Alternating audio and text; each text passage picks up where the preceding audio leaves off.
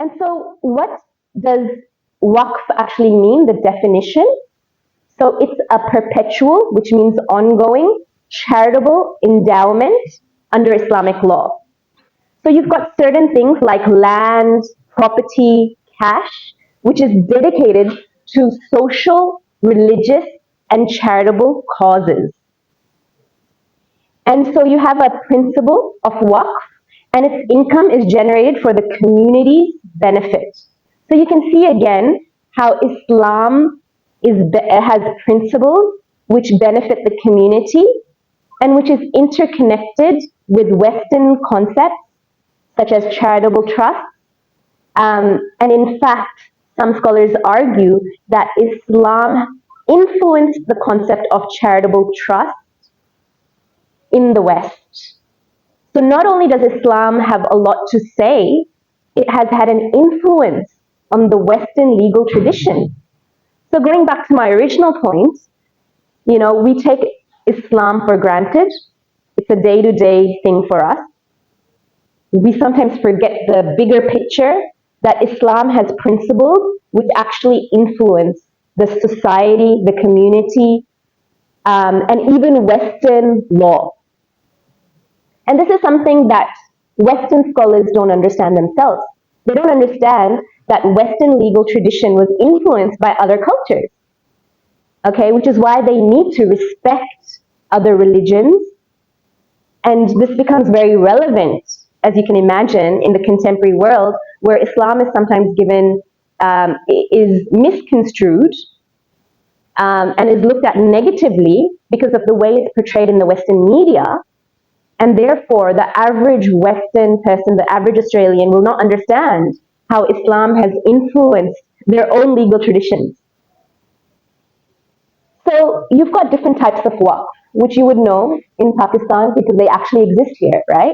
You've got religious Waqf trusts that support mosques, schools, Quranic education. You've got philanthropic Waqf, which fund hospitals, scholarships, public welfare projects. So you can see how important this concept is. That was originated from Islam. It's giving back to the community. And it's influenced the West, the Western legal tradition as well. You've got family Waqf, which benefits family members. So it's a really important concept. And the key characteristics of this concept are the inalienability of assets. What does that term mean? That term means that the properties of Waqf cannot be sold, inherited, or repurposed. It exists for a long time. It's perpetual, sustainable, and it's continuous. It benefits the community for a long, long time. So it's long-term social welfare. So you can again understand its importance. So what are some historical examples, right? So you've got the Ottoman Empire, right, that actually had Waqf financed mosques, hospitals, public infrastructure. You've got the Al-Qarawiyyin University in Fez, right, founded in 859 CE. You've got Al-Azhar University, which is amazing, and it also was sustained largely by Waqf, one of the leading Islamic universities in the world. But what I personally find very interesting is the British, and this is the controversial aspect of it, so to say, the British colonial influence on Waqf. So it's very important to understand the history of it, right? So in the 18th century, Waqf constituted 40 to 60% of the entire real estate in the Muslim world, the property in the Muslim world. 30 to 50% of the founders of these endowments were women. How amazing is that, right? And then, because of that, there has been a controversy. A lot of times, the government wants to control the Waqf. This is a lot of money. Imagine, 40 to 60% of all the real estate in the Muslim world.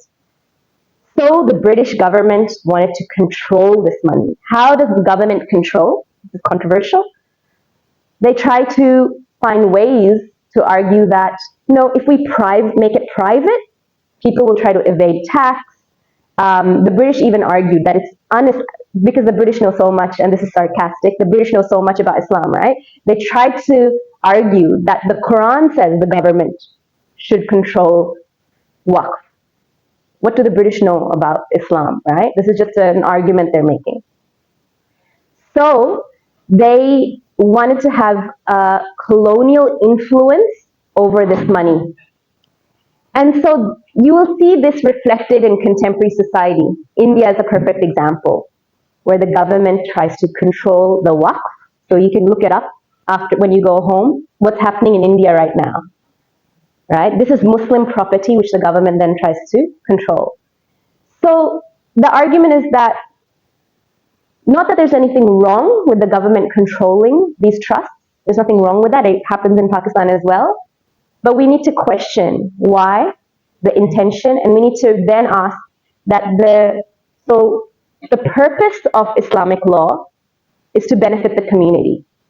So is the government benefiting the community through these Waqf structures or not? So there's a lot of controversy in relation to the extent to which the government should control Waqf, okay, and the extent to which personally, individually, or organizations have the freedom to control Waqf themselves. So what are some modern day applications? So in Pakistan, you will be aware that charitable trust exists, Waqf structures exist. There's lots of different examples of it.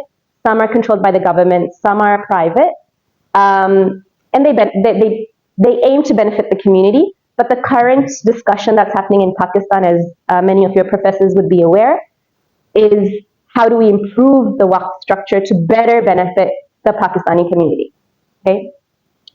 Now, interestingly, even in Australia, right, and this goes back to my research, as a minority living in Australia, is Islam still relevant? So we have Muslims in Australia, they are a minority there, and they have also tried to establish Waqf in Australia, right? So you've got an organization called Waqf Australia. You've also got an Islamic museum, which is partially funded by Waqf models. So you can see this concept in Islam was not only influenced Western law, it's still being applied today, not just in Muslim countries such as Pakistan, but also in the West. You'll see many examples in the UK. You'll see many examples in Australia, in America, as an example. And Malaysia has a very good example, Johor Corporation Waqf. You've got a Singapore MUIS, and you've got National Waqf in the UK. These are just some examples. So again, just going back to my point, and I know some of the details here, they can be quite difficult to understand about what is Waqf, how is it applied, how the structure of it. But the main thing that I want you to understand today as students is that Islam has principles which, we often take Islam for granted, in the sense that we don't realize the big picture, that Islam has principles which not only that benefit us, but benefit the entire community, not just Muslim countries, but internationally, right? And historically. And this is just one of many examples. And this is you don't need to know this obviously in a lot of detail. I can provide you these slides if you need them. But just to give you an example of how detailed and specific this topic can be. So Waqf, from an Islamic concept, if you compare it to, and I'm speaking from the perspective of a lawyer in Australia, to charitable trusts and ancillary funds in Australia, these are two concepts in Australia which are very similar to the Waqf model. There's entire laws in Australia dedicated to charitable trusts, ancillary funds. And you can compare that to the Islamic concept of Waqf. And you can see the entire table here on how this Islamic concept of Waqf translates to contemporary laws in the West as well, right? So you've got, certain governance, certain tax benefits, you've got a legal framework. Obviously, there's differences, but the main principle is very similar. So what is how do we move forward with this, right? So one thing I mentioned to you, which is very interesting from a historical perspective, that 30 to 50% of the founders in Islamic history of charitable trust, of Waqf, in many regions were women, right? And Waqf offered them financial autonomy and philanthropic leadership. So the idea then is, and some organizations are considering this, can we use this model, which existed historically in Islam, in the contemporary world? And some are using this model. Can we use the Waqf model to now empower women, given that the history of Waqf was associated with women? Can we have certain microfinance programs which offer small loans for women through the Waqf model? Because Waqf is all about charity and social benefit, right? Can we have certain targeted Waqf funds for women's education, women-led Awqaf, Awqaf is the plural, for healthcare, childcare, vocational training? So the argument here is, and this is some research that has been conducted but needs to be further evaluated, that how can we use Waqf then to benefit the community?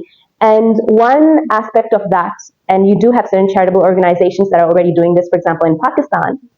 So if you have an organization such as a Khuwat organization that's already using the Waqf model to benefit the community, can this model then be used by other organizations internationally? So really the idea is using Islamic principles to benefit not only the Muslim community, but going international. Because understanding that Islam has a lot to offer. And that actually, as students, that begins with you.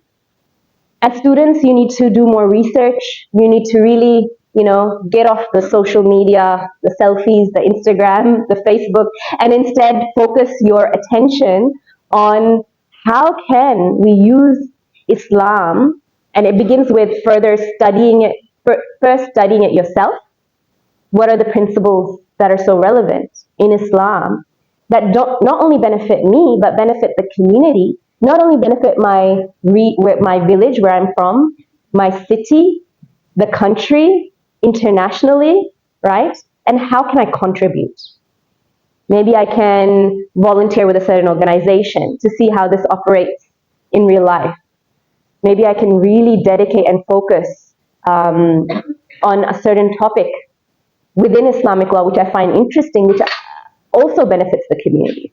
Qarz Hasan loans, no interest loans, scheme programs. That's another example. So there is a concept, obviously we know that riba, or I think in Urdu you say sood, interest is haram. Okay? So what are some alternatives that can be used, such as small loans being offered, as an example, to women in a village, which are paid back without interest, or maybe to buy a sewing machine, which then becomes a microfinance project. So how can we help benefit the community? Use our knowledge, use our religion to help benefit the community, because the truth is, and as you study at university, you'll find that there's a lot of principles within Islam that are dedicated to benefiting the community, to benefiting the world. And why, as someone who is an Australian Muslim like myself, why do I even care about this? Because this has a global impact. When September 11 happened, I was sitting there watching it happen on TV. My friends who are fully covered as Muslims, when they went out, especially the women who were wearing the hijab, the niqab, their hijabs were ripped off. Their niqabs were ripped off by people in the street in Australia, because they saw Islam in a very negative light because of what happened because of the certain terrorism attacks that have happened in the world, right? And while it's not our job to tell them what Islam means, it's their own job to understand that this is an extremist act and it doesn't have to do with the Muslim community. That's their own issue, that they don't have the education to understand that. One thing that I think we should be doing is really empowering our community, the Muslim community, so that Islam, and we're already doing that to a certain extent, so that Islam is seen and viewed by the world as something positive that contributes and not something negative. So we're not doing it because of how we're viewed. We're doing it because we want to help empower our people. We want to help empower each other. We want to empower the Muslim community because the ripple effect of something negative happening is huge. And similarly, the ripple effect of something positive happening is huge. So what you're doing when you study, this doesn't have just an impact on Pakistan. This has an impact internationally. We're all interconnected. It's now a global world. So anything positive you do will have an impact on someone overseas without you even knowing it. So let's say you set up a program, a no-interest loan program for women in your village. Someone else sees you and does the same thing. Then someone else sees you and does the same thing. And then in the media, they show that in Pakistan, there's so many programs, and this happened in Bangladesh. There's so many programs that are helping empower women. Women are becoming more educated. You know, women are delivering lectures. Women are contributing to research, to society. You know, they end up being on the United Nations. And so you can see a small positive contribution that you're making locally can have a huge impact internationally without you even knowing, because we all influence each other and we all learn from each other. So the point being that Islam has a lot to contribute to the community, and we all have a role to play. And it begins with education. It begins with a focus on receiving education so that you can contribute back to the community. And so really understanding that our religion actually has a lot to say about charity, about international law, and that these principles within Islam are meant to contribute positively to everyone. And that's the end of my presentation. Thank you so much, and it was lovely meeting you. Thank you very much ma'am. जैसा कि हम लोग perceive करते हैं यानी कि हम western communities को देखते हैं या यूरोप या अदर अमेरिका, ऑस्ट्रेलिया या कनाडा को देखते हैं, इसमें अगर हम प्रॉपर तरीके से इसको यूटिलाइज करें तो मेरा ख्याल है कि जो हम अपनी कम्युनिटी को एज अ होल बहुत प्रॉस्पेरिटी की तरफ लेके जा सकते हैं। बहुत सारे इसके ऐसे बेनिफिट हैं जो एक्चुअली जो हम बीइंग अ मुस्लिम्स और एज अ कम्युनिटी हम इन चीज़ों को प्रॉपर तरीके से यूटिलाइज नहीं कर पा रहे, और बहुत सारी चीज़ों को मैडम ने हाईलाइट किया। मैं अप्रिशिएट करता हूं कि उन्होंने अपने बहुत सारे कीमती वक्त में से हमें स्पेशल टाइम दिया on the behalf of Minhaj University and School of Islamic Economics, Banking and Finance. Madam, I really I'm honored that you are here, and I'm really thankful you give your precious time. Thank you very much.